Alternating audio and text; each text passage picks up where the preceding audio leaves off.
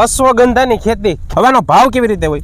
ભાવ અત્યારે ત્યાં તો ક્વિન્ટલમાં હોય છે, ત્યાં તાણ ક્વિન્ટલમાં 20,000 થી લઈને અને 35,000 લગી છે. એટલે ખેડૂત મિત્રો, તમારે પણ અશ્વગંધાની ખેતી કરવી હોય તો તમને એમ થાય કે આ ભાઈ તો મજાક કરે, અશ્વગંધાની ખેતી કેવી રીતે થાય? તો ખેડૂત મિત્રો, અશ્વગંધાની ખેતી અત્યારે લગભગ મહારાષ્ટ્રમાં થાય છે, પણ આજે હું તમને એવા ખેડૂતની મુલાકાત કરવા લઈ આવ્યો છું જે આપણા જ ગુજરાતમાં અને આપણા જ સૌરાષ્ટ્રમાં અશ્વગંધાની ખેતી કરે છે. કારણ કે અત્યારે ઘણા ખેડૂત મિત્રો ખૂબ પરેશાન છે. કપાસ, માંડવી કે સોયાબીન હોય કે ડુંગળી હોય કે મરચી હોય, ઘણા પાક અત્યારે ફેલ થાય છે અને ખેડૂતોને સરવાળે નુકસાની સહન કરવાનો વારો આવે છે. પણ હવે આપણે નવીન ખેતી કરવી હોય તો શું કરવું? તો તમને એમ થતું હશે કે ભાઈ આ અશ્વગંધાનું ખેત છે, તો અશ્વગંધા આપણે અહીંયા કેવી રીતે થાય? તો અત્યારે તમે જે આ 10 વીઘાનું ખેતર જોવો છો ને, એ પૂરેપૂરા 10 વીઘામાં અશ્વગંધાની ખેતી કરેલ છે. અને તમે અત્યારે જે આ છોડ જોવો છો ને, એ બધા અશ્વગંધાના છે. મેં પણ પહેલી વાર જોયું છે, પહેલી વાર સાંભળ્યું છે, અને ત્યારે જ આપણે ખેડૂતની મુલાકાત કરવા આવ્યા છે અને તમને પણ રૂબરૂ કરવાના છે કે ભાઈ અશ્વગંધાની ખેતી કરવી હોય તો શું કરવું જોઈએ? બિયારણ, ખાતર, ક્યારે વાવેતર કરવું જોઈએ, વીઘે કેટલું બિયારણ જોઈએ, ત્યાર પછી આમાં દવા કઈ જોઈએ, ત્યાર પછી આને કેવી રીતે વાવેતર કરવું જોઈએ, અને આને છેલ્લે વીણવું કે કાપવું, બધી માહિતી આ દેવાના છે. તો ખાસ કરીને વિડીયોને લાસ્ટ સુધી જોજો અને બને એટલો શેર કરજો, જેનાથી અન્ય ખેડૂત મિત્રોને આ માહિતી મળી રહે અને એ પણ એક નવી ખેતી કરી શકે. હવે એ બધું સાંભળતા તમારા મનમાં એક પ્રશ્ન આવ્યો છે કે ભાઈ આ થાય કેટલું અને વેચવું ક્યાં, અને સરવાળે એક વીઘે અમને કેટલાનો પડે? એક વીઘો આપણે કેટલામાં થાય? કારણ કે આપણે છે ગુજરાતી, એટલે બધાને એક જ પ્રશ્ન હોય, વીઘે કેટલું થાય? મુદ્દાની વાત એ વીઘે આપણે કેટલા રૂપિયા મળે? તો એ જ માહિતી લેવા આવ્યા છે. તો અત્યારે આપણી સાથે પ્રગતિશીલ ખેડૂત, આમ તો યુવાન છે અને ભણે પણ છે. તો સૌપ્રથમ આપનો પરિચય આપશો? મારો પરિચય છે, મારું ગામ થાણા ગલોર, બરાબર, તાલુકો જેતપુર, જિલ્લો રાજકોટ, બરાબર. મારું નામ છે અમીપ્રા આર્યન મહેશભાઈ, બરાબર. હવે એક વખત આપણો મોબાઈલ નંબર આપી દો. મારો મોબાઈલ નંબર છે 9382 60 59. બરાબર. યોગ્ય સમયે ફોન કરવો, કારણ કે ખેડૂતને પણ કામ હોય એટલે સમય જોઈને પછી ફોન કરવો. હવે વાત કરશું અશ્વગંધાની ખેતીનો. તમને વિચાર કેમ આવ્યો કે અશ્વગંધાની ખેતી કરવી જોઈએ? અશ્વગંધાની ખેતીનો વિચાર તો મારો નથી, પણ મારા બાપુજી છે, જેણે આપણે યુટ્યુબના માધ્યમથી, જેમ કે તમે વિડીયો જોઈ રહ્યા છો એમ એમપીમાં ને એનો વિડીયો જોયો અને પછી એવું થયું કે આ વાવવા જેવું છે, એટલે આપણે કોન્ટેક્ટ કર્યો એ ભાઈનો એમપીમાં. બરાબર. અને ત્યાં રૂબરૂ મુલાકાત લીધી કે આપણે શું છે એમ પાકનું, ને પાક જોયો. બરાબર. પછી એની પાસેથી માર્ગદર્શન લીધું અને પોર વાવેતર કર્યું. મારા બાપુજીએ વાવ્યું એટલે એણે કીધું કે મારા પપ્પા નાના ભાઈ એટલે કે તું પણ વાય એમ ભેગું. બરાબર. ગયા વર્ષે પણ આપણે વાવ્યું હતું અને આ વર્ષે પણ આપણે વાવ્યું.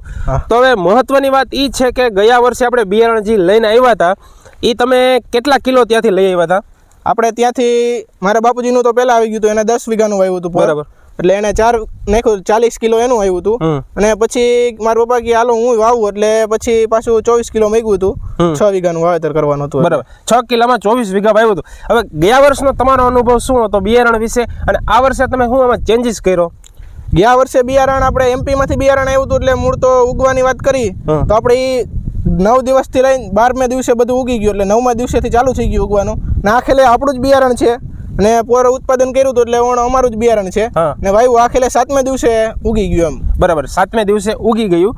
ગયા વર્ષે આપણે 4 કિલો એક વીઘામાં વાવેતર કર્યું, તો આ વર્ષે કેટલું કર્યું? આખેલે 2.5 કિલો નાખ્યું. પોર વધારે ઘાટું લાગ્યું કે ત્યાં એમપીમાં 1.5 ગુ આપણો વીઘો કે ગુજરાત કરતા, કારણ કે ત્યાં 24 ગુઠાનો વીઘો હોય અને આપણે અહીંયા 16 ગુઠાનો વીઘો હોય, એટલે ત્યાંના પ્રમાણમાં લઈ આવ્યા હતા. પણ આ વખતે અનુભવના આધારે આપણે એમાં ચેન્જીસ કરી નાખ્યું. બરાબર. હવે મેન વાત એ કે આપણે વાવી દીધું પછી એને કેટલા પિયત આપવા પડે અને પકવવા માટે? પિયત આખેલે ઉગવામાં થોડુંક વેલાર વાવ્યું હતું, એટલે થોડુંક ઉગવામાં ઉપરની જમીન વાટી જાય, કારણ કે આને બીને વધીને 1.5 ઇંચ ઊંડો નાખવાનું હોય, એટલે ઉપરની જમીનમાં જોઈએ. એટલે ઉગવા માટે આપણે 3 પાણ આપ્યા હતા ને ઉગ્યા પછી 1 પાણ આપ્યું છે, અને અટાણે 1 મહિનો અને 20 દિવસ જેવું થયું. 1 મહિનો ને 20 દિવસ થઈ ગયું. ખાલી 4 પાણ આપ્યા છે. 3 પાણ એને ઉગાવવામાં આપ્યા હતા અને ત્યાર પછી 1 પાણ આપ્યું. હવે વાત કરશી આમાં રોગ જીવાતની. તો આમાં કઈ પ્રકારના રોગ જીવાત આવે? આપણે ગઈ સાલ તો એકોય રોગ જીવાતનો કોઈ રાઉન્ડ નહોતો માર્યો, પણ આખેલે વહેલા હોવાના હિસાબે આપણે ખપેડી કે જે આપણે થડ હોય જમીન પાસેથી જે આપણે ચૂચે એટલે એના માટે આપણે ખપેડીની દવા મારી હતી. 1 દવા મારી હતી. હવે ત્યાર પછી આપણે આમાં કોઈ નિંદામણ નાશકની દવા વાપરેલી?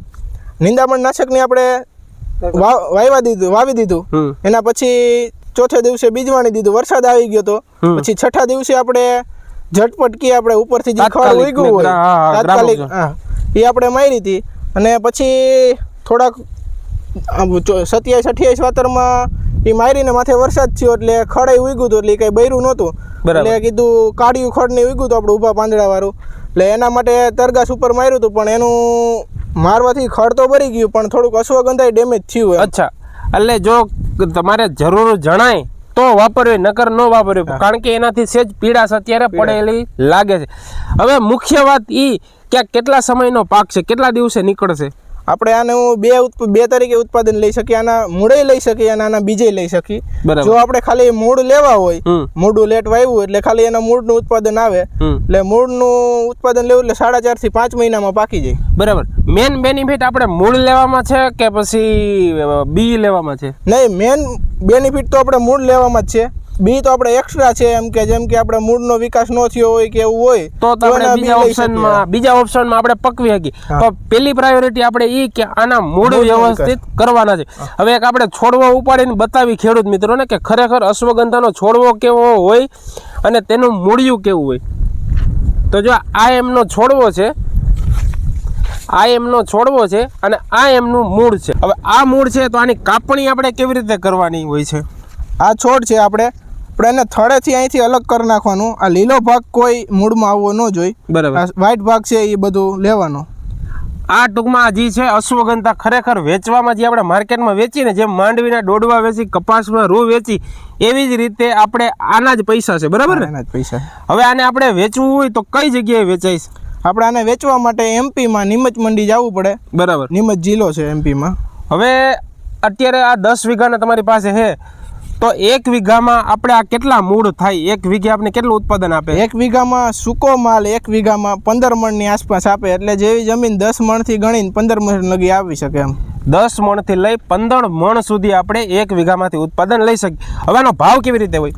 ભાવ અત્યારે ત્યાં તો ક્વિન્ટલમાં હોય છે. ત્યાં ત્રણ ક્વિન્ટલમાં 20,000 થી લઈને અને 35,000 લગી છે. એટલે આપણે મણુકા હિસાબે ગણી એટલે 4,000 થી લઈને 7,000 લગી ભાવ છે અટાણે.